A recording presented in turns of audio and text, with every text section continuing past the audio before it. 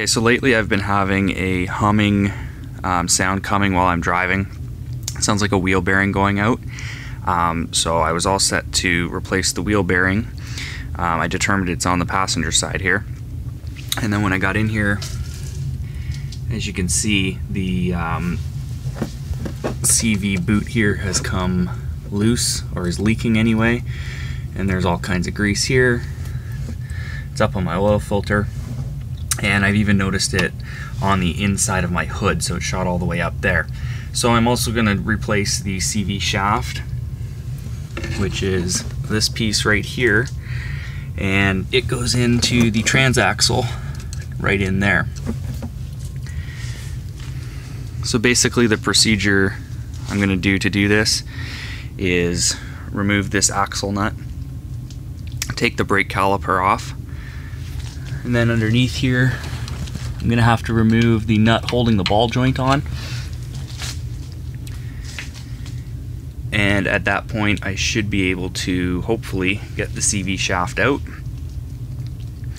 and possibly I may even have to remove the bearing. I'm going to replace that anyway, so I'm going to replace it. You may not have to if your bearing's fine.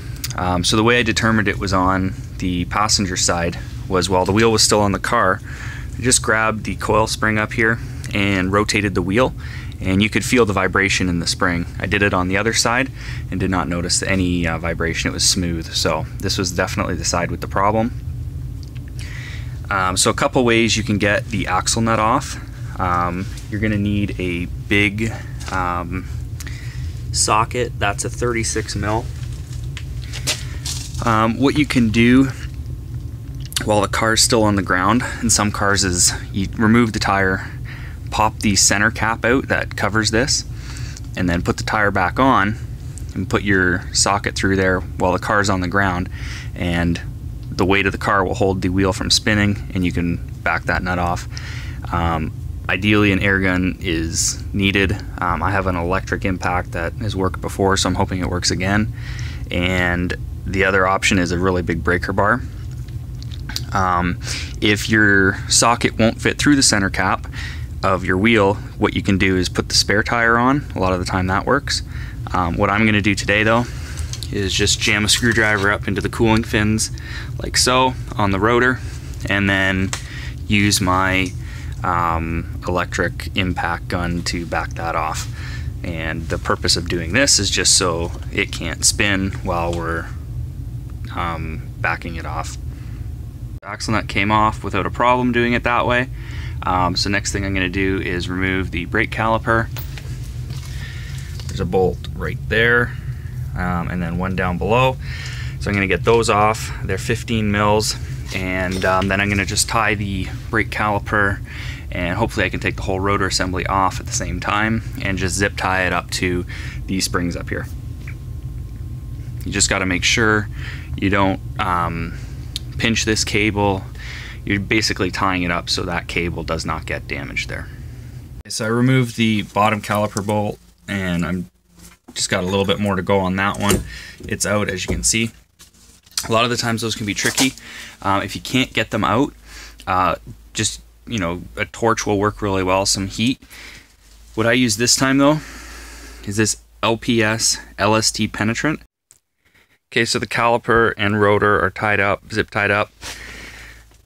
As you can see, don't just zip tie the rotor, zip tie the caliper as well. I do have another one on the back there, as you can see, because the caliper can still slide on the rotor.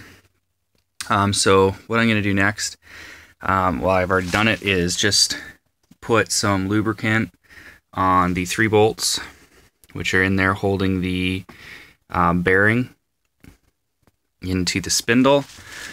Do that on the front and back, and I'm just going to take those out.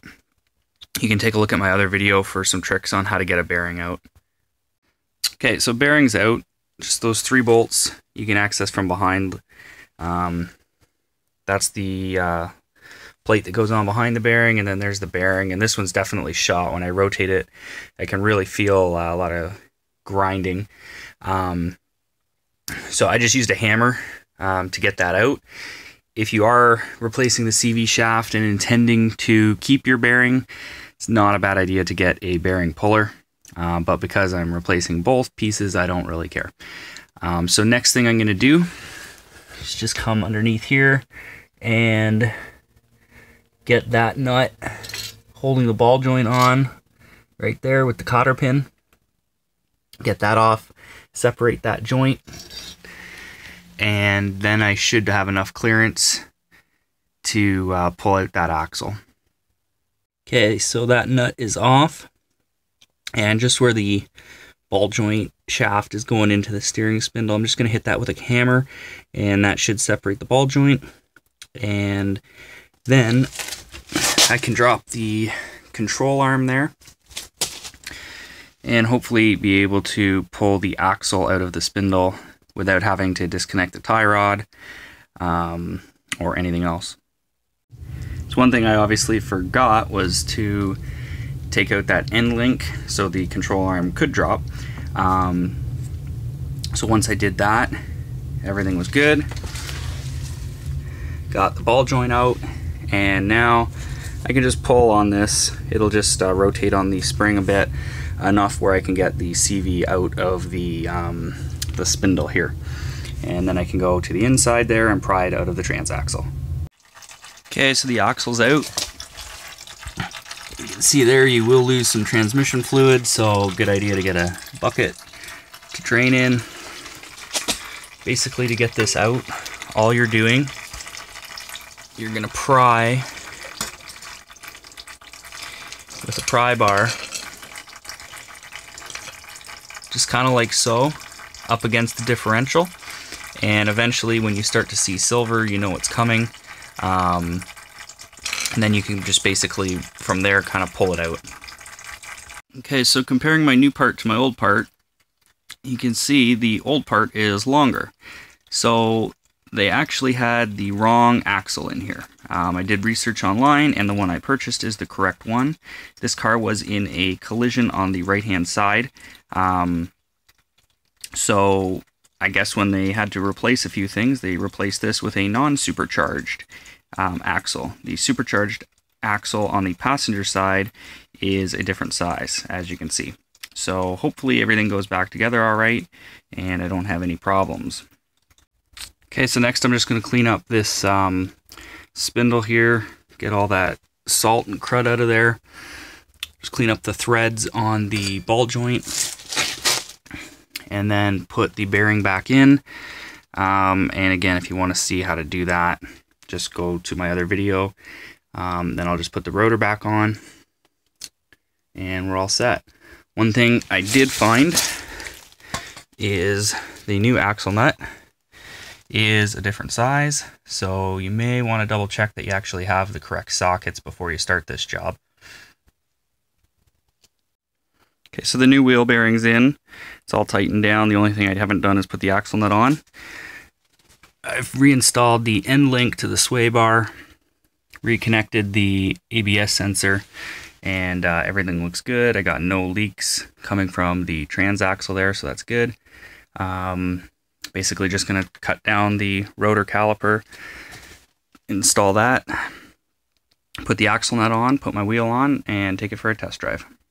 So I torqued down the axle nut to 159 foot-pounds, got the brake caliper and everything back installed.